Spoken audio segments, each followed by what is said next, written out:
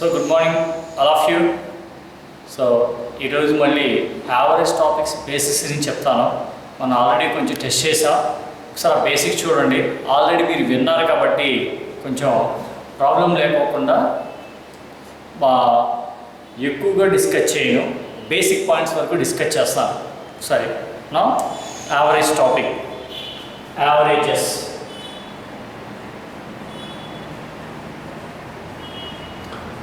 తెలుగులో అయితే సరాసరి అంటాం. యాక్చువల్గా యావరేజ్ డెఫినేషన్ ఏంటంటే average is nothing but simply sum of the observations by number of observations. This is the average. Average is nothing but sum of the observations by number of observations. ఇదే definition నుంచి మనకి some కావాలంటే some is equal to average into number of observations. Average into number of observations. This is some. Some అన్నా total అన్నా రెండు ఒకటేనండి. Total is equal to average into number of observations. According to definition, average definitions ఇవ్వండి. Sum of the observations by number of observations. అలాగే sum is equal to average into number of observations. దీన్ని మనం జనరల్గా ఎలా మాట్లాడుకుంటాం ఒకసారి చూద్దాం. అది జనరల్గా మాట్లాడుకోవడం అంటే మన దగ్గర డిఫరెంట్ అబ్జర్వేషన్స్ ఉన్నాయి, వాటి యావరేజ్ క్యాలిక్యులేట్ చేయాలి. సో జనరలైజ్డ్ యావరేజ్ మీనింగ్ ఏంటంటే మనకున్న అబ్జర్వేషన్స్ యొక్క టోటల్ వాల్యూని అన్ని ఈక్వల్గా డిస్ట్రిబ్యూట్ చేసుకోవడాన్నే యావరేజ్ అంటాం. The total value is distributed to equally in all the things, that is called average. అంటే ఒరిజినల్గా ఎప్పుడూ కూడా వాల్యూస్ ఈక్వల్గా ఉండబట్టి డిఫరెంట్ వాల్యూస్ ఉంటాయి. ఆ డిఫరెంట్ వాల్యూస్ని సో టోటల్ చేసి అన్నిటికీ ఈక్వల్గా పంచుకోవడాన్నే యావరేజ్ అంటాం. అంటే సార్ రెండు ఎగ్జాంపుల్, జస్ట్ ఎగ్జాంపుల్ చూద్దాం చూడండి. So the marks of 3 students is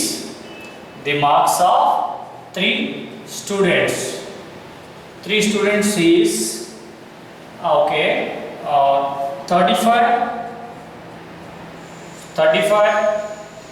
37 and 39. ఇది చూడడం ఒకసారి. ఈ మూడు డిఫరెంట్ నెంబర్స్, ముగ్గురు స్టూడెంట్స్ యొక్క marks 35, 37, 39. What is the average marks of the students? యాక్చువల్గా ముగ్గురికి వచ్చిన మార్క్స్ ఇవ్వండి, వాళ్ళ యావరేజ్ మార్క్స్ ఎంత? యావరేజ్ మార్క్స్ అంటే ఏంటంటే వీళ్ళ ముగ్గురు ఆ మార్క్స్ని ఈక్వల్గా డిస్ట్రిబ్యూట్ చేసుకోవడాన్ని యావరేజ్ అంటాం. ఈక్వల్ మీనింగ్ ఏంటో చూద్దామండి. ఇక్కడ ఆల్రెడీ 37 ఉన్నాయి, వీడికి 35 వచ్చినాయి, వీడికి 39 వచ్చినాయి. వీడి దగ్గర నుంచి ఒక 2 మార్క్స్ ఇక్కడ డిస్ట్రిబ్యూట్ చేస్తాను అనుకోండి, జనరల్గా మనకు అర్థమైపోతుంది చూడండి. యావరేజ్ అంటే ఏం చెప్పాను? టోటల్ వాల్యూని అందరూ ఈక్వల్గా డిస్ట్రిబ్యూట్ చేసుకోవడమే యావరేజ్ అంటాం. అకార్డింగ్ టు డెఫినేషన్ అనుకోండి, డెఫినేషన్ ప్రకారం అయితే ఎలా మాట్లాడతాం ఒకసారి చూడండి. యావరేజ్ ఈక్వల్ టు డెఫినేషన్ అయితే ఎలా మాట్లాడతాం అంటే యావరేజ్ ఈజ్ డెఫినేషన్ ప్రకారం sum by number of observations. Some ఎంత? 35, 37, 39. మూడు టోటల్ చేద్దామండి. 330 ఈజ్ 90, 5 + 7 12, 12 + 9 21, 90 + 21 దిస్ ఈజ్ 111. సో ఆ 111ని ముగ్గురు ఈక్వల్గా పంచుకోవాలి, దట్ ఈస్ డివైడింగ్ బై 3. ఈ 3 దీంట్లో guest cancel 37. This is the average marks of the students. మా ఒరిజినల్గా ఒక 3 మెంబర్స్కి వచ్చిన మార్క్స్ ఇవి. సో వాళ్ళ యావరేజ్ మార్క్స్ ఎంత అంటే ఇదిగో డెఫినేషన్ ప్రకారం. కానీ నేను జనరల్గా మీకు ఎలా చెప్తున్నాను, ఈ ఉన్న డిఫరెంట్ వాల్యూస్ని ఒకరికొకరు డిస్ట్రిబ్యూట్ చేసుకొని ఈక్వల్గా పంచడాన్నే యావరేజ్ అంటాం. ఈక్వల్గా డిస్ట్రిబ్యూట్ చేయడం ఏంటో చూద్దాం. ఇక్కడ ఆల్రెడీ 37 ఉందండి, సో ఇక్కడ ఆల్రెడీ 35 ఉంది. ఇక వీడి దగ్గర నుంచి ఒక 2 మార్క్స్ వీడికి పనిచేసాం అనుకోండి. ఇదిగమ్మా ఇటు నుంచి వీడి దగ్గరికి ఒక 2 మార్క్స్ డిస్ట్రిబ్యూట్ చేస్తే వీడు 2 మార్క్స్ తగ్గించుకుంటాడు, వాడికి 2 మార్క్స్ పెరుగుతాయి. అప్పుడు ఎంత అవుతుంది వీడికి? 37 వీడికి 2 తగ్గినాయి కాబట్టి 37. ఇలా ఎప్పుడైతే ఈక్వల్ వచ్చేసిందో నథింగ్ బట్ యావరేజ్. దీన్నే యావరేజ్ అంటాం మనం. సో మనకున్న టోటల్ వాల్యూని ఈక్వల్గా డిస్ట్రిబ్యూట్ చేయడాన్ని యావరేజ్ అంటాం. Average is nothing but the total value is distributed to equally in all the things. అన్ని థింగ్స్కి ఈక్వల్గా డిస్ట్రిబ్యూట్ చేయడం. ఇది మన డెఫినేషన్ అండి. యాక్చువల్గా డెఫినేషన్ చెప్పాను. Average is some of the observations by number of observations. Sum is average into number of observations. దీన్ని జనరల్గా మాట్లాడుకోవడం ఇలా అని చెప్పాను. ఇక్కడ ఒక ఎగ్జాంపుల్ మాట్లాడుతా చూడండి. ఒక 5 observations average, 5 observations average is 20. What is the total value? Total ఎంత? 5 అబ్జర్వేషన్స్ యావరేజ్ 20 అండి. టోటల్ ఎంత? ఎప్పుడైతే నేను యావరేజ్ అని అంటున్నానో ఎవ్రీ వాల్యూ ఈక్వల్, ప్రతి ఒక్కటి ఈక్వల్ అండి. ఒరిజినల్గా అబ్జర్వేషన్స్ ఎప్పుడు కూడా ఈక్వల్గా ఉండవు. నేను యావరేజ్ అనే సెంటెన్స్ వాడానంటే ఎవ్రీ వాల్యూ ఈక్వల్. సో ఒక్కొక్కటి 20 అండి. అలా 5 అబ్జర్వేషన్స్, 5 20 ఈజ్ 100. ఇదండి. దీన్ని యాక్చువల్గా ఇప్పుడు మనం అకార్డింగ్ టు డెఫినేషన్ వాడాను, కానీ నేను డెఫినేషన్ కాకుండా దీన్ని జనరల్గా అలవాటు చేసుకోమంటున్నాను. యావరేజ్ అంటే ప్రతి వాల్యూ ఈక్వల్ అని తెలుసు. ఒక్కొక్కటి 20 అని తెలిస్తే మనకి 5 అబ్జర్వేషన్స్ కదా, 5 20 ఈజ్ 100. రైట్. ఇది బేసిక్ పాయింట్స్. దీని గురించి నేను మీకు ఎక్కువగా కూడా డిస్కస్ చేయట్లేదు, ఎందుకంటే మనం ఆల్రెడీ డిస్కస్ చేశాను కదా ఈ పాయింట్స్, అందుకోసం అన్నమాట. రైట్. నెక్స్ట్ వన్, వీటిల్లో కొన్ని కండిషన్స్ ఉన్నాయి మనకి యావరేజ్లో. ఏంటా కండిషన్స్ ఒకసారి చూద్దాం. యావరేజ్ ఉన్న కండిషన్స్ ఏంటంటే, యావరేజ్ ఈజ్, సో కండిషన్స్ ఏంటి ఒకసారి చూద్దామా.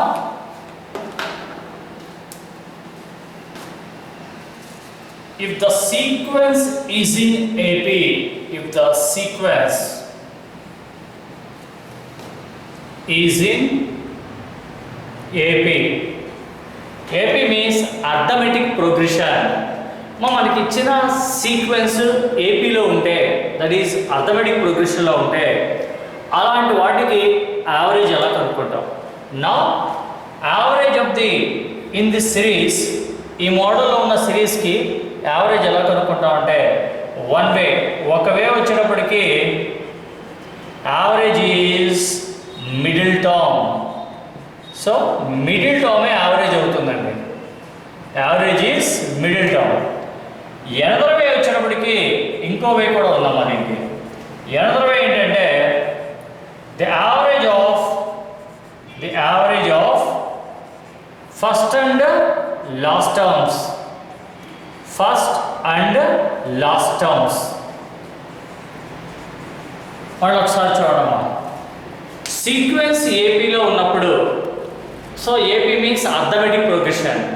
సీక్వెన్స్ ఏపీలో ఉన్నప్పుడు యావరేజ్ ఈజ్ డైరెక్ట్లీ క్యాలిక్యులేటెడ్. ఒకవేళ ఏంటంటే middle term is the average. Another ఏంటంటే the average of first and last terms. ఒక ఎగ్జాంపుల్ చూద్దాం. సార్ ఏంటి ఏపీలో ఉన్నటువంటి డెఫినేషన్స్ ఏంటి మాకేం అర్థం కావట్లేదు. ఇదిగో చూడమ్మా. So the average of 1 4 7 10 13. ఇక ఈ 5 నెంబర్స్ యావరేజ్ కావాలండి. The average of 1 4 7 10 13. యాక్చువల్గా డెఫినేషన్ అయితే ఏం చేస్తామంటే, ఫస్ట్ ఈ రెండింటిని సమ్ చేయాలమ్మా. కొంచెం సమ్ ఈజీగా చూద్దాం. 7 + 13 20, 20 + 10 30, 30 + 5 35. 35 బై అబ్జర్వేషన్స్ ఎన్ని? 5 అబ్జర్వేషన్స్. 35/5 nothing but 7. ఇది యాక్చువల్గా డెఫినేషన్. కానీ ఇప్పుడు మీకు నేనేం చెప్పా, అర్థమెటిక్ ప్రోగ్రెషన్లో ఉన్నప్పుడు యావరేజ్ని డెఫినేషన్ వాడాల్సిన అవసరం లేదు. డైరెక్ట్గా చెప్పేయచ్చు. ఎలా చెప్తాం? ఒక వే ఏం చెప్పానంటే middle term is the average. ఇదిగమ్మా ఇది ఇవి ఏపీలో ఉన్నాయి సార్. ఇంతకీ ఏపీ అర్థమెటిక్ ప్రోగ్రెషన్ ఎలా డిసైడ్ చేస్తాం? సో ఒక సీక్వెన్స్ చూడగానే అది అర్థమెటిక్ ప్రోగ్రెషనా కాదా ఎలా డిసైడ్ చేస్తామంటే డిఫరెన్సెస్ ఈక్వల్గా ఉండాలండి. దాన్నే కామన్ డిఫరెన్స్ అంటాం. If differences are equal, now 4కి 1కి డిఫరెన్స్ 3, 7కి 4కి డిఫరెన్స్ 3, 10కి 7కి డిఫరెన్స్ 3, 13కి 10కి డిఫరెన్స్ 3. డిఫరెన్స్ ఈక్వల్గా ఉంటే ఆ సీక్వెన్స్ ఏపీలో ఉందని చెప్తాం. ఇది క్లియర్లీ ఏపీ. ఇలా ఏపీలో ఉన్నప్పుడు యావరేజ్ మనం చేయాల్సిన అవసరం లేదు, directly calculated. One way is middle term. ఇదిగమ్మా ఇదే యావరేజ్. Average is 7. చేయక్కర్లేదు క్వశ్చన్. అట్లాగే ఇంకో వే ఏం చెప్పాను, ఫస్ట్ టర్మ్కి లాస్ట్ టర్మ్కి వచ్చే యావరేజే ఆ సిరీస్ యావరేజ్ అవుతుంది. మరి ఫస్ట్ టర్మ్కి లాస్ట్ టర్మ్కి యావరేజ్ అంటే సో ఇక్కడ చూద్దాం. ఫస్ట్ టర్మ్కి లాస్ట్ టర్మ్కి యావరేజ్ వచ్చేటప్పటికి ఫస్ట్ టర్మ్ వచ్చేటప్పటికి మనకి 1, లాస్ట్ టర్మ్ వచ్చేటప్పటికి 13. 1 + 13/2. నా average is so 14/2 we get 7. ఈ 2 వేస్లో ఎలా అయినా చేయొచ్చమ్మా. ఎప్పుడిది అన్ని కేసుల్లో కాదు, సీక్వెన్స్ ఏపీలో ఉన్నప్పుడు. అసలు ఏపీలో ఉందని ఎలా డిసైడ్ చేస్తామంటే డిఫరెన్సెస్ ఈక్వల్గా ఉండాలి. డిఫరెన్సెస్ ఈక్వల్గా ఉంటే సీక్వెన్స్ ఏపీలో ఉందంటాం. అలాంటి సీక్వెన్స్లకి so average is directly calculated. ఎలా క్యాలిక్యులేట్ చేస్తామో చెప్పాను.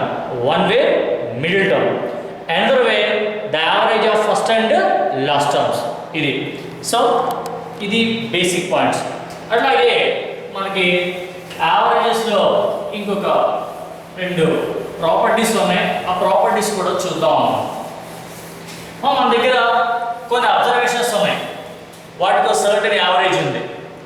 సో ప్రతి అబ్జర్వేషన్ని ఒక కాన్స్టెంట్తో పెంచామనుకోండి, అప్పుడు అదే కాన్స్టెంట్ యావరేజ్ కూడా పెరుగుతుంది.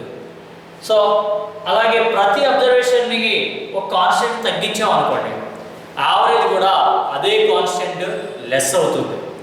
ప్రతి అబ్జర్వేషన్ని ఒక కాన్స్టెంట్తో మల్టిప్లై చేసాం అనుకోండి, యావరేజ్ కూడా అదే కాన్స్టెంట్ మల్టిపుల్ అవుతుంది. ప్రతి అబ్జర్వేషన్ని ఒక కాన్స్టెంట్తో డివైడ్ చేసాం అనుకోండి, యావరేజ్ కూడా అదే కాన్స్టెంట్ డివిజన్ అవుతుంది. అంటే మనకున్న ఆల్జిబ్రిక్ ఆపరేషన్స్ అన్నీ ఎగ్జిస్ట్ అవుతాయి. సో ఎట్లాగో ఒక్కసారి ఎగ్జాంపుల్ చూద్దాం, మీకు క్లారిటీ వస్తుంది. So the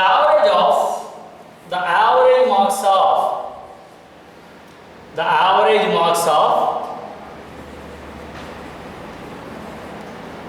8 students is 15, right? The marks of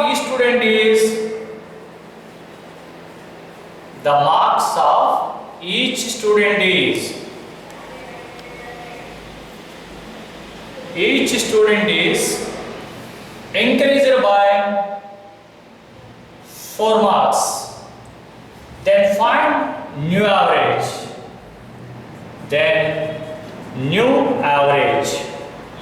ఒకసారి చూడండి.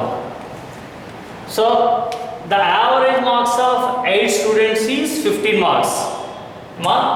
8 students మార్క్స్ 15. యావరేజ్ అండి ఇచ్చింది ఇక్కడ. ఎప్పుడైతే నేను యావరేజ్ అంటున్నానో ప్రతి ఒక్కడికి ఎన్ని వచ్చినట్టంటే 15.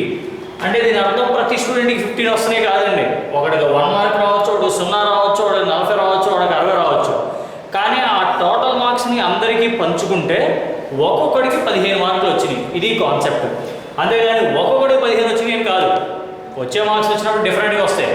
కానీ నేను ఎప్పుడైతే యావరేజ్ అనే వర్డ్ నేను వాడుతున్నానో అప్పుడు కంపల్సరిగా ఆ మార్క్స్ అన్నిటిని అందరూ ఈక్వల్గా పంచుకున్నట్టు. సో ఒక్కొక్కడికి 15 మార్క్స్. ఇప్పుడు ఏమన్నాను నేను, ప్రతి స్టూడెంట్స్కి ఒక 4 మార్క్స్ పెరిగితే యావరేజ్ ఎంత పెరుగుతుంది? ఇప్పుడు మీకు చెప్పిన ఇంతకు ముందు పాయింట్ ఇదేనండి. మనకి కొన్ని అబ్జర్వేషన్స్ ఉన్నాయి, వాటికి ఒక సర్టెన్ యావరేజ్ తెలుసు. ప్రతి అబ్జర్వేషన్ని ఒక కాన్స్టెంట్ పెంచితే యావరేజ్ కూడా అదే కాన్స్టెంట్ పెరుగుతుంది. ప్రతి అబ్జర్వేషన్ని ఒక కాన్స్టెంట్ లెస్ చేస్తే యావరేజ్ కూడా అదే కాన్స్టెంట్ లెస్ అవుతుంది. ప్రతి అబ్జర్వేషన్ని ఒక కాన్స్టెంట్తో మల్టిప్లై చేస్తే యావరేజ్ కూడా అదే కాన్స్టెంట్ మల్టిపుల్ అవుతుంది. సిమిలర్లీ డివిజన్ కూడా. ఇప్పుడు ఆ కాన్సెప్ట్ ప్రకారం ఇటు చూడండి. So 8 students average 15 marks. ప్రతి స్టూడెంట్కి 4 మార్కులు పెరిగినాయి. న్యూ యావరేజ్ ఎంత అంటున్నా. మనం మళ్ళీ విడివిడిగా చేయాల్సిన అవసరం, డైరెక్ట్గా చెప్పేస్తాం. యావరేజ్ కూడా 4 పెరుగుతుంది. సో 15 + 4 ఎంత అంటే 19. This is the new average. ఇది పెరిగితే మరి అలా కాకుండా ప్రతి స్టూడెంట్ మార్క్స్ ఒక 6 తగ్గినాయి అని చెప్పాడు అనుకోమ్మా. ఒరిజినల్గా 8 మెంబర్స్ స్టూడెంట్స్ యావరేజ్ మార్క్స్ 15. ప్రతి స్టూడెంట్ మార్క్స్ 6 తగ్గితే అప్పుడు న్యూ యావరేజ్ ఎలా అవుతుంది? ఆటోమేటిక్గా యావరేజ్ కూడా లెస్ అయిపోతుంది. యావరేజ్ ఎంత తగ్గుతుంది? 6 తగ్గుతుంది. నౌ న్యూ యావరేజ్ ఎంత అంటే 15 - 6. This is called 9. అదే కాన్సెప్ట్ మల్టిపుల్ చేస్తే ఇప్పుడు 8 మెంబర్స్ యావరేజ్ మార్క్స్ 13 అండి. ప్రతి స్టూడెంట్ వాడు మార్క్ని 3తో మల్టిప్లై చేస్తే న్యూ యావరేజ్ మార్క్స్ ఎంత? మా ఫస్ట్ పెంచాము, తర్వాత తగ్గించాము, తర్వాత మల్టిప్లై చేస్తాం. సో 8 మెంబర్స్కి యావరేజ్ 15 మార్క్స్ వచ్చినాయండి. ఇప్పుడు నేను ఏమన్నా అంటే ప్రతి స్టూడెంట్ వాడి మార్క్స్ని 3తో మల్టిప్లై చేయమన్నా. సో ద మార్క్స్ ఆఫ్ ఈ స్టూడెంట్ ఈస్ మల్టిప్లైడ్ బై 3. అప్పుడు న్యూ యావరేజ్ ఎంత? యావరేజ్ కూడా 3తో మల్టిపుల్ అవుతుంది. Now new average is 3 × 15. 3 15s 45. This is the condition. అట్లా సిమిలర్ అప్లికేషన్ డివిజన్ కూడా తీసుకొని రావాలి. Right, next one. సో ఇవి మనకున్న బేసిక్ పాయింట్స్. ఒక్కసారి బ్రీఫ్గా ఏవైతే చెప్పానో ఒక 2 minutes మళ్ళీ చెప్తాను చూడండి. అవి average is nothing but simply sum of the observations by number of observations. రెండోది average nothing but sum of the observations by number of observations. Sum is equal to average into number of observations. Third point, మనకి ఏదైనా ఒక sequence కనుక ఏపీలో ఉందని తెలిస్తే average డైరెక్ట్గా calculate చేస్తాం. ఆ డైరెక్ట్గా ఎలా క్యాలిక్యులేట్ చేస్తామో చెప్పాను మీకు నేను. ఒక వే ఏంటంటే మిడిల్ టర్మ్, ఇంకో వే ఏంటంటే ఫస్ట్ టర్మ్కి లాస్ట్ టర్మ్కి యావరేజే. సో ఆ సిరీస్ యావరేజ్ అవుతుంది. సార్ ఇక్కడ ఒక చిన్న డౌట్. సో మిడిల్ టర్మ్ ఒకటే వస్తే అదే యావరేజ్ ఓకే. ఒక్కోసారి మిడిల్లో 2 టర్మ్స్ వస్తాయి. సార్ అలాంటి ఛాన్స్ ఉందండి అలాంటి ఛాన్స్. నెంబర్ ఆఫ్ టర్మ్స్ కనుక ఆడ్ అయితే ఒకటే మిడిల్ టర్మ్ వస్తుంది. అంటే ఏంటి? 5 టర్మ్స్ కానీ 7 టర్మ్స్ కానీ 9 టర్మ్స్ కానీ ఇలాంటి కేసుల్లో మనకి ఒకటే మిడిల్ టర్మ్ వస్తాయి.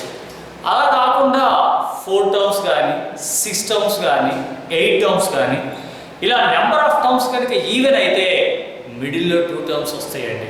రైట్? అలా మరి మిడిల్లో 2 టర్మ్స్ వచ్చినప్పుడు యావరేజ్ ఎలా కనుక్కోవాలి సార్? ఒకటే వస్తే మిడిల్లో అదే యావరేజ్. ఇంతకు ఇప్పుడు నేను చెప్పే పాయింట్స్ అన్నీ ఇర్రెగ్యులర్ సిరీస్ కాదు, ఖచ్చితంగా అవి అర్థమెటిక్ ప్రోగ్రెషన్లో ఉండాలి. రైట్? సో ఒకటే మిడిల్ టర్మ్ వస్తే అదే యావరేజ్, 2 వస్తే రెండింటికి యావరేజ్ తీయాలి. అది యావరేజ్ కాన్సెప్ట్. ఇది బేసిక్ పాయింట్స్ అండి.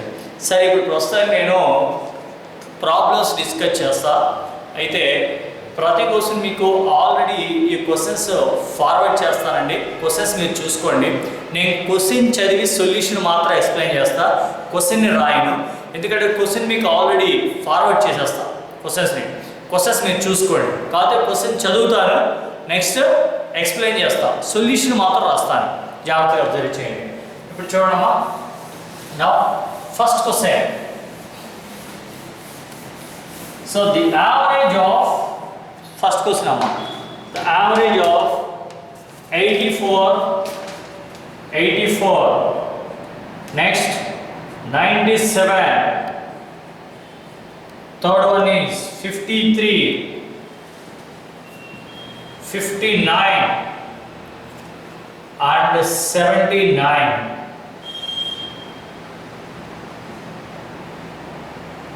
the average of 84, 97, 53, 59 and 79. So ఇలాంటి కేసుల్లో ఫస్ట్ యావరేజ్ కనుక్కోవాలంటే అకార్డింగ్ టు డెఫినేషన్ అయితే ఏం చేస్తామంటే sum of the observations by number of observations. అది మ్యాక్సిమం మనం అసలు వాడమండి. నెక్స్ట్ ఏపీలో ఉందేమో చూస్తాం. ఇక్కడ నేను మీకు ఇచ్చే సిరీస్ ఏపీలో లేదు, ఇర్రెగ్యులర్గా ఉన్న నెంబర్స్ మీకు చూడగానే అర్థమైపోతుంది. అలాంటప్పుడు ఏంటంటే ఒక బేస్ వాల్యూ తీసుకొని ఆ బేస్ వాల్యూ బేస్ చేసుకొని ఎక్స్ట్రా ఎంతైతే ఉందో ఆ ఎక్స్ట్రాని అన్నిటికీ డిస్ట్రిబ్యూట్ చేయడమేనండి. సరే ఎట్లా సార్ బేస్ వాల్యూ ఒకసారి చూద్దాం అమ్మా. ప్రస్తుతానికి ఇగో ఈ రెండు వాల్యూస్ కొంచెం నాకు ఎలా కనపడుతున్నాయంటే 60కి దగ్గరగా ఉన్నాయి. ఎంత దగ్గరగా ఉన్నాయి, ఎంత ఎక్కువ ఉన్నాయో చూద్దాం, మనకు అప్పుడు క్లారిటీ వచ్చేస్తుంది. ఇగో సపోజ్ ఇది 60కి ఎంత ఎక్స్ట్రా ఉంది, 24 ఎక్స్ట్రా ఉందండి. ఇది 60కి ఎంత ఎక్స్ట్రా ఉంది, 37 ఎక్స్ట్రా ఉంది. ఇది 60కి ఎంత తక్కువ ఉంది, 7 తక్కువ ఉంది. మైనస్ తక్కువ ఉంటే మైనస్ అమ్మ. ఇది 60కి ఎంత తక్కువ ఉంది, 1 తక్కువ ఉంది. ఇది 79 అమ్మ. 79 కాబట్టి 60కి ఎంత ఎక్కువ ఉంది, 19 ఎక్కువగా ఉంది. ఇప్పుడు ఏం చేద్దామంటే ఒక బేస్ ఫిక్స్ చేశాను నేను. ఎంత ఫిక్స్ చేశానంటే 60. మా ఎంతైనా ఫిక్స్ చేసుకోవచ్చు సార్. అదే నేను 53 ఫిక్స్ చేస్తాను, బ్రహ్మాండంగా చేసుకోవచ్చు అండి. లేదు సార్ నేను 59 ఫిక్స్ చేస్తాను, ప్రాబ్లం లేదు. కాకపోతే ఈ వాల్యూట్లన్నింటిలో కామన్గా నాకు దగ్గరగా ఎక్కడ దొరుకుతుందంటే 60 దగ్గర దొరుకుతుంది. నేను అందుకే 16 ఫిక్స్ చేశాను. అప్పుడు 60కి ఎక్స్ట్రా తక్కువ చూస్తాను. అప్పుడు ఏం చేద్దామంటే ఇక్కడ ఆల్రెడీ ఈ 7, ఇందులో 37లో 7 పోతే రిమైనింగ్ 30 అండి. ఇంకోటి ఏం చేద్దాం, ఇగో -1లో ఇది కూడా పోతే ఇక్కడ 18 చేసేద్దాం అమ్మా. ఇప్పుడు ఓవరాల్గా వాల్యూ ఎక్కడ బేస్ చేశాను, 16 ఫిక్స్ చేశాను. ఇంకా పైన ఎక్స్ట్రా వాల్యూ ఉందా లెస్ వాల్యూ ఉందా చూడాలి. అది ఎక్స్ట్రానా లెస్ ఎలా తెలుస్తుందంటే మనకి ఇది పాజిటివ్ వాల్యూ అంటే ఎక్స్ట్రా ఉన్నట్టు, అంటే యావరేజ్ పెరుగుతుంది దీని మీద. అదే ఇక్కడ మైనస్ వాల్యూ ఉంటే తగ్గుతున్నట్టు, మరి ఎక్స్ట్రానే ఉందిగా. ఎంత ఎక్స్ట్రా ఉందో చూద్దాం. చూడమ్మా 24 + 30 54, 54 + 18 72 అంటే 72 ఎక్స్ట్రా ఉంది. ఆ 72 మళ్ళీ ఈ 5 అబ్జర్వేషన్కి డిస్ట్రిబ్యూట్ చేయడం. ఆల్రెడీ బేస్ ఎంత ఉంది, 60. సో ఇక్కడ ఎక్స్ట్రా ప్లస్ 72 యావరేజ్ కనుక్కోవాలి కాబట్టి అబ్జర్వేషన్ డిస్ట్రిబ్యూట్ చేయాలి. 72/5 అమ్మ 14 టైమ్స్, రిమైండర్ 2 ఉంటుంది. 20లో 4 times. Now 60 + 14.4 nothing but 74.4. This is the average. Sir ఇదెందుకు మేము సమ్ చేసుకుంటాం, ఓకే బాగుంటుంది. ఎందుకని ఇవి చిన్న వాల్యూస్ కాబట్టి సమ్ చేసుకుంటున్నాడు. కొంచెం పెద్ద వాల్యూస్ వస్తాయి, సమ్ చేసి డివిజన్ చేయడం కంటే కొంచెం వీటన్నిటిలో ఒక బేస్ తీసుకొని ఆ బేస్కి ఎక్స్ట్రా ఎంత ఉంది తక్కువ ఎంత ఉందో చూసి సో ఆ plus value minus value adjust చేసేయండి. అంటే ఫస్ట్ ప్లస్ వాల్యూ ఎంతో చూడండి, మైనస్ ఎంతో చూడండి, సో తీసేయండి. ఇక్కడ మనకి పాజిటివ్ ఎక్కువ వస్తే యావరేజ్ పెరుగుతుంది. ఒకవేళ ఇలా డిస్ట్రిబ్యూట్ చేసేటప్పుడు నెగిటివ్ ఎక్కువ వచ్చింది అనుకోండి యావరేజ్ తగ్గిపోతుంది. అది గుర్తుపెట్టుకోండి. మైనస్ ఎక్కువ వస్తే యావరేజ్ మైనస్ చేయాలి, ప్లస్ ఎక్కువ వస్తే యావరేజ్ని ప్లస్ చేయాలి. ఇది కండిషన్ అమ్మా. రైట్, సరే నెక్స్ట్ క్వశ్చన్, రెండో క్వశ్చన్ చూడండి. క్వశ్చన్ చూడండి. If the average score of 42 boys of a school is 137, while the average score of 98 girls is 124 of the same class, find the combined average of the classes. Emma, ఒకసారి చూడండి. ఒక క్లాస్లో boys 42 ఉన్నారంట, వాళ్ళ average వచ్చేటప్పటికి 137. క్లాస్లో boys ఉన్న వాళ్ళు ఎంతమంది అంటే 42. నా వాళ్ళ యావరేజ్ మార్క్స్ ఎంత అంటే 137. నెక్స్ట్ అదే క్లాస్లో యావరేజ్ స్కోర్ ఆఫ్ 98 గర్ల్స్ వచ్చేటప్పటికి 98 ఉన్నారంటండి. వాళ్ళ యావరేజ్ వచ్చేసి గర్ల్స్ 98 ఉన్నారు, వాళ్ళ యావరేజ్ వచ్చేసి so 124. Find the combined average of the class is, మొత్తం క్లాస్ మొత్తం మీద యావరేజ్ ఎంత. యాక్చువల్గా దీన్ని రకరకాలుగా చేయొచ్చు. ఏమేమి వేస్ ఉన్నాయో ఒకసారి చూద్దామండి. ఒకటి, కంబైన్డ్ యావరేజ్కి definition. Combined average definition n1 x1 plus n2 x2 by n1 plus n2. ఇది డెఫినిషన్ అండి combined యావరేజ్కి. n1 plus x1 n1 x1 plus n2 x2 by n1 plus n2. సరే, n1 n2 ఏంటి?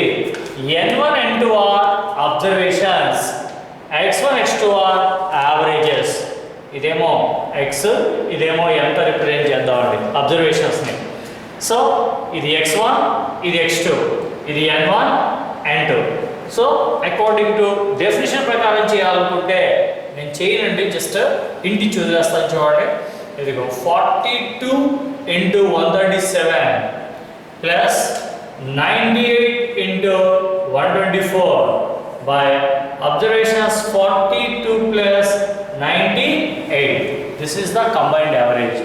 మా ఇక్కడ రెండే ఇస్తున్నాను కాబట్టి groups n1 x1 plus n2 x2 by n1 plus n2. అదే మూడు గ్రూపులు ఉన్నాయి అనుకోండి, n1 x1 plus n2 x2 plus n3 x3 by n1 plus n2 plus n3. అట్లా ఎన్ని గ్రూపులు ఉన్నా సిమిలర్ అప్లికేషన్.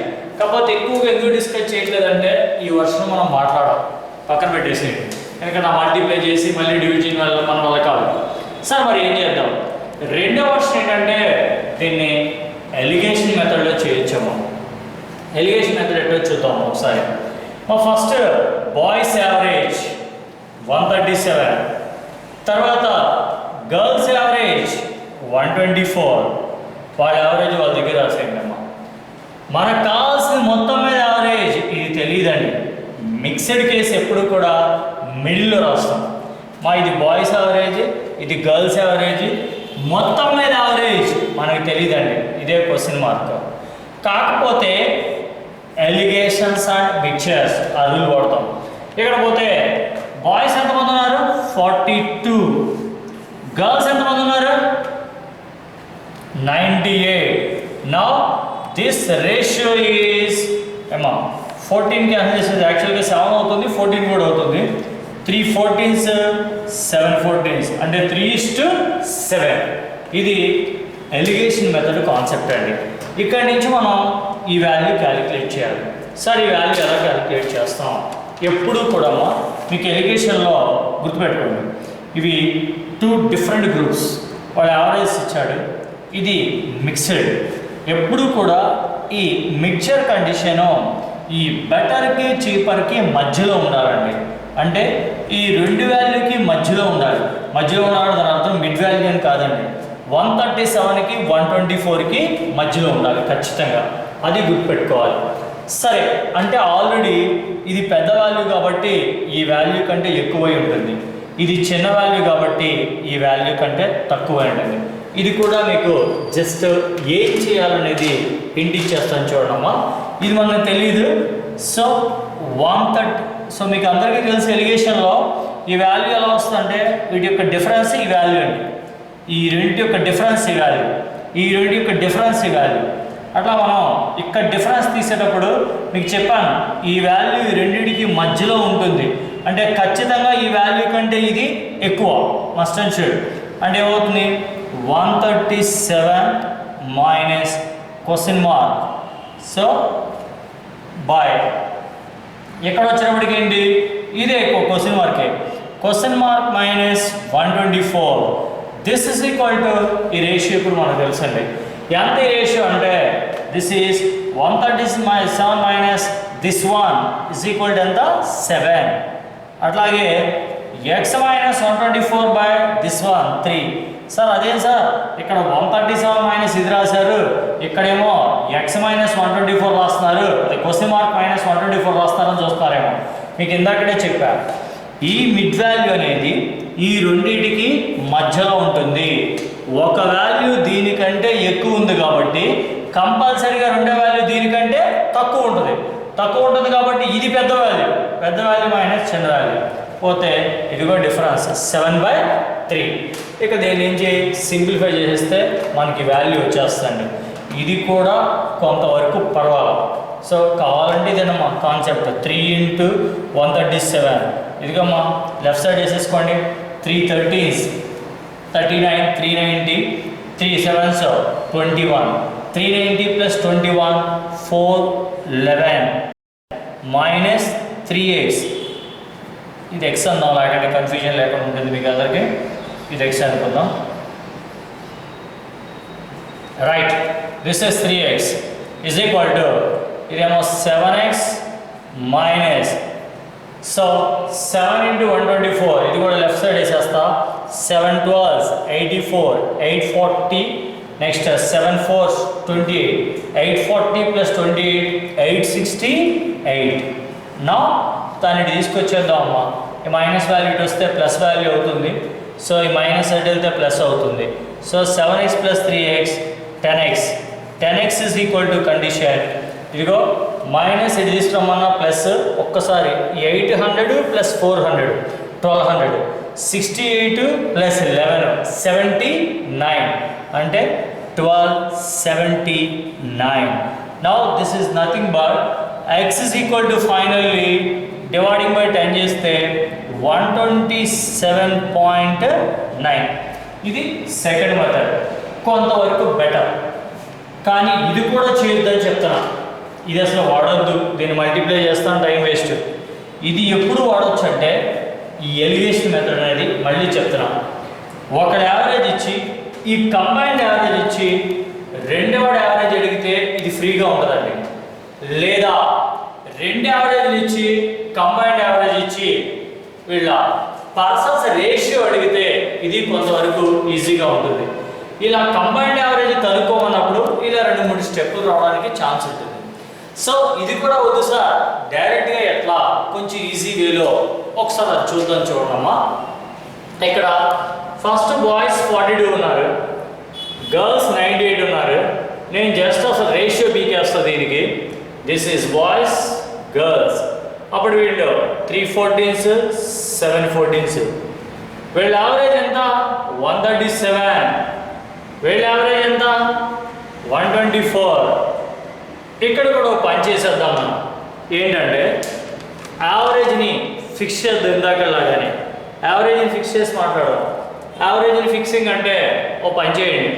ఎక్కడ ఫిక్స్ చేసుకుందాం? 130 దగ్గర ఫిక్స్ చేద్దాం అనుకుంటాను నేను. సార్ నేను 120 దగ్గర చేస్తాను, మీ ఇష్టం. ఇంతకుముందులాగా మళ్ళీ ఒకసారి చూడమ్మా. ఇది ఓకే. ఆ రెండింటికంటే ఈజీ వే చూద్దాం. ఇక్కడ నేను ఫిక్సింగ్ 130 మాట్లాడుతున్నాను. 130 మాట్లాడితే ఇక్కడ ఎక్స్ట్రా ఎంత ఉంది 7. మరి ఎంతమంది ఉన్నారు? 3. 3 7s ఎంత 21 ఎక్స్ట్రా కాబట్టి ప్లస్. ఇక్కడ 130కి 6 తక్కువ ఉంది. ఎంతమంది ఉన్నారు? 7. 7 6s 42. ప్లస్ మైనసా? తక్కువ కదా, -42. మళ్ళీ ఒకసారి చూడండి, 130ని బేస్ చేసుకున్నాను నేను.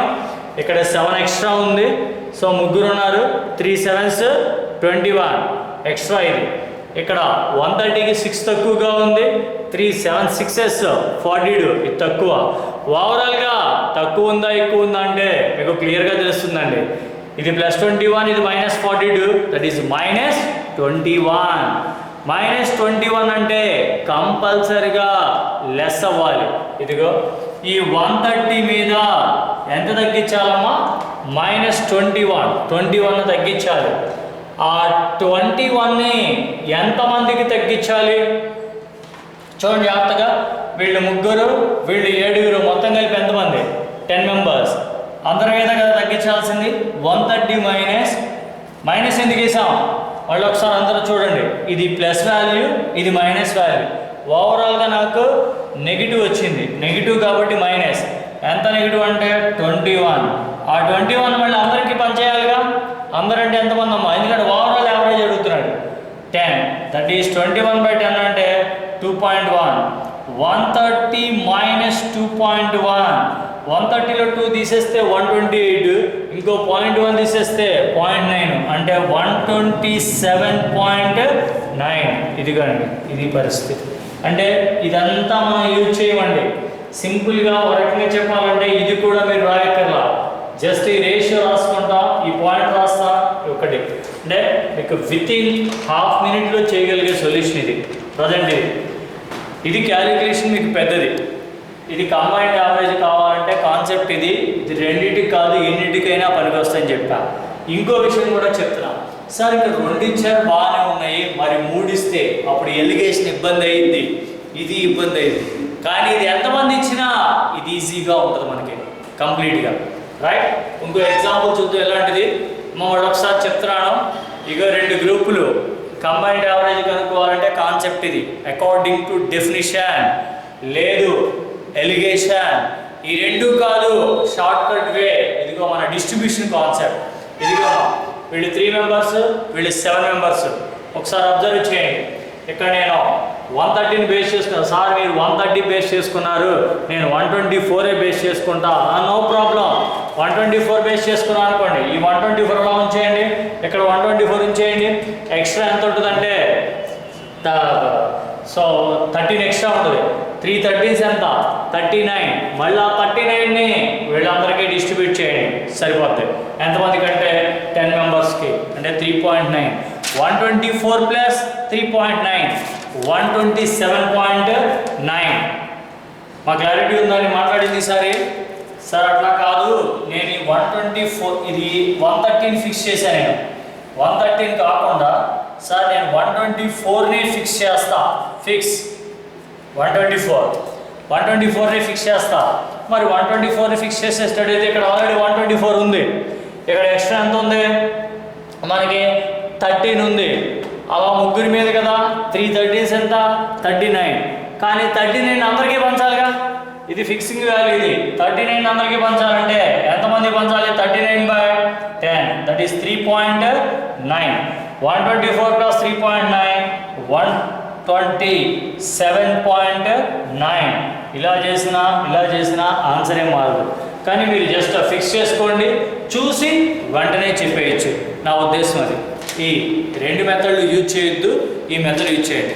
ఇలాంటి దాంట్లోనే ఇంకో క్వశ్చన్ చూడమ్మా పరిస్థితి.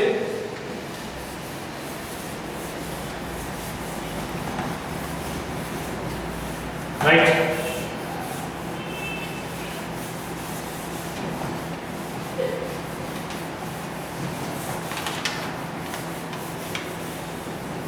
నెక్స్ట్ వన్ చూడండి ఈసారి. The number of students, the ratio of the number of certain classes, the ratio of the number of boys of certain classes 4:3:2.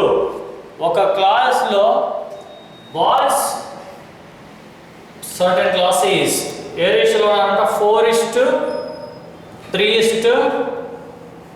Ratio of the boys of certain classes is 4:3:2. Right, ఒక 3 గ్రూపులు ఉన్నారండి ఒక క్లాస్లో. అయితే ఒక group 4 members అనుకుందాం, ఒక group 3 members అనుకుందాం, ఒక గ్రూప్ 2 మెంబర్స్ అనుకుందాం.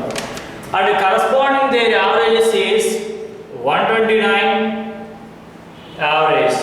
ఇది నెంబర్ ఆఫ్ స్టూడెంట్స్ అమ్మా. Number of students 129, 137, 124. Find the combined average. So according to definition అయితే ఇందాక లాగానే 4 × 129 n1x1 plus n2x2 plus n3x3. So ఇది మనకి అకార్డింగ్ టు డెఫినేషన్. సార్ నేను అంత మల్టిప్లై చేయలేనప్పుడు వెంటనే మనం ఫిక్స్ చేసేయడమే. నాకైతే కొంచెం ఈజీగా 130 కనబడుతుంది. 130ని ఫిక్స్ చేసేసుకుందాం. 130ని ఫిక్స్ చేసుకుందాం అంటే ఇక్కడ 1 తక్కువ కదమ్మా, నలుగురి మీద 4 తక్కువ, ఇక్కడ 7 ఎక్కువ, ముగ్గురి మీద 3 7s ఎంత 21. ఫిక్సింగ్ 130 అండి, ఇది పరిస్థితి. అలాగే 124 అంటే 6 తక్కువ, 2 6s 12, ఇదిగమ్మా -12 పరిస్థితి. మళ్ళీ ఒకసారి రిపీట్ చేస్తున్నా చూడండి. 4:3:2 వీళ్ళ నెంబర్ ఆఫ్ స్టూడెంట్స్, వాళ్ళ యావరేజ్ ఇవి. ఇక్కడ నేను యావరేజ్ని 130 దగ్గర ఫిక్స్ చేస్తున్నాను. ఇక్కడ డైరెక్ట్ షార్ట్కట్లోకి వెళ్ళిపోతున్నాం మనం. ఇక్కడ ఒక్కొక్కడికి 1 మార్క్ తక్కువ అండి. అలా నలుగురు కదమ్మా 4 మార్క్స్ తక్కువ. ఇక్కడ ఒక్కొక్కడికి 7 మార్క్స్ ఎక్కువ, ముగ్గురు కదా 3 7s 21, ఇది +21. ఇక్కడ 6 మార్క్స్ తక్కువ అండి, ఒక్కొక్కడికి 6 తక్కువ, 2 6s 12. ఇగో ఓవరాల్గా మీ కంటికి కనబడుతుంది, నెగిటివ్ ఏమో -16, పాజిటివ్ ఏమో 21. ఓవరాల్గా ఎంత ఎక్స్ట్రా వచ్చిందంటే 5 ఎక్స్ట్రా వచ్చింది. ఆ 5 మార్క్స్ని మళ్ళీ ముగ్గురికి ఈక్వల్గా డిస్ట్రిబ్యూట్ చేశారు. Now the combined average is this is the condition. Combined average is 130 plus, ఎందుకంటే ఎక్స్ట్రా మిగిలిందండి, మనకి ప్లస్ వచ్చింది. ఎంత ఎక్స్ట్రా అంటే 5 ఎక్స్ట్రా. మీకు అందరికీ కనబడుతుందమ్మా, ఇది -60, -4 -12 -16, ఇదేమో +21, 21 -16 అంటే 5. ఆ 5ని వీళ్ళందరికీ డిస్ట్రిబ్యూట్ చేయాలి. అందరూ అంటే మొత్తం ఎంతమంది ఉన్నారమ్మా? 4 + 3 + 2 ఎంత అవుతుందంటే 9. This is nothing but 135/9. This is the new average.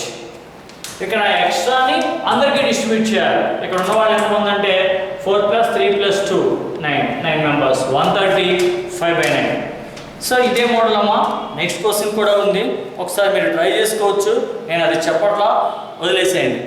Next one, 4th question చూడమ్మా. దీంట్లో సెకండ్ బిట్ కూడా ఉంది. ఆ సెకండ్ బిట్ మీకు ఆల్రెడీ ఫార్వర్డ్ చేసినప్పుడు చూడండి, ట్రై చేయండి. The average of 7 observations is 34 and the average of first 3 observations is 28 and the average of next 2 observations is 47.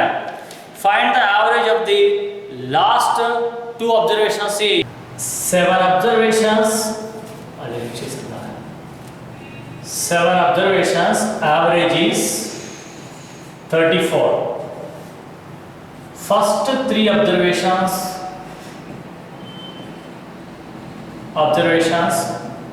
average is 28. Next 2 observations,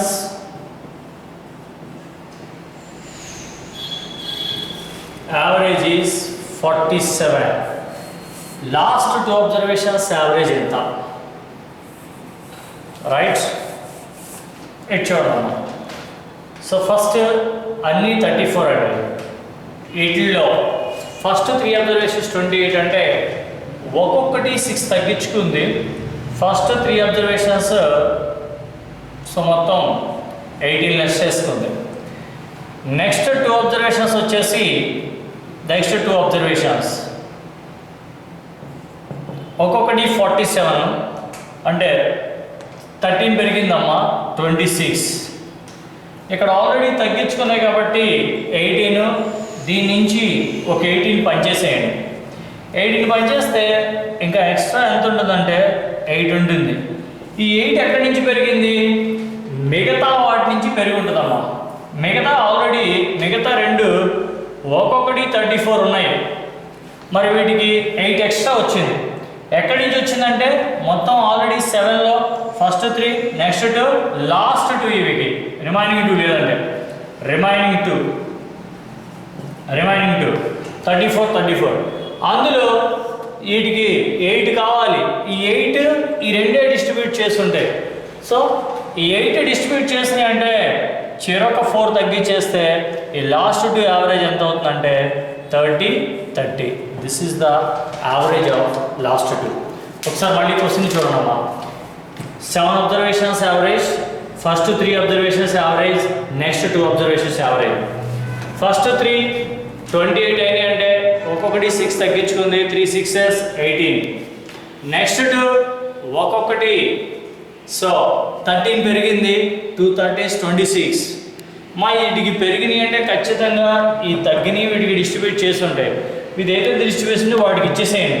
ఇదిగో ఈ 26లో 18 ఇచ్చేస్తే ఇంకా ఎక్స్ట్రా 8 ఉంది. ఈ 8 ఎక్స్ట్రా ఎక్కడి నుంచి వచ్చింది? ఇవి యాక్చువల్గా 34 ఉండాలి, ఎక్స్ట్రా ఉన్నాయి. ఈ 8 ఎక్కడి నుంచి అంటే ఆ రిమైనింగ్ 2 అబ్జర్వేషన్స్ డిస్ట్రిబ్యూట్ చేసి ఉంటాయి ఏమా. ఈ 2 సో 8 డిస్ట్రిబ్యూట్ చేసి అంటే ఒక్కొక్కటి ఎంత అంటే యావరేజ్ అంటే ఈక్వల్గా ఉండాలి కదా. ఒక్కొక్కటి ఎంత డిస్ట్రిబ్యూట్ చేస్తే 8 వస్తాయంటే ఒక్కొక్కటి 4 ఒక్కొక్కటి 4 తగ్గించేసుకుంటే ఈ లాస్ట్ 2 యావరేజ్ ఈజ్ 30.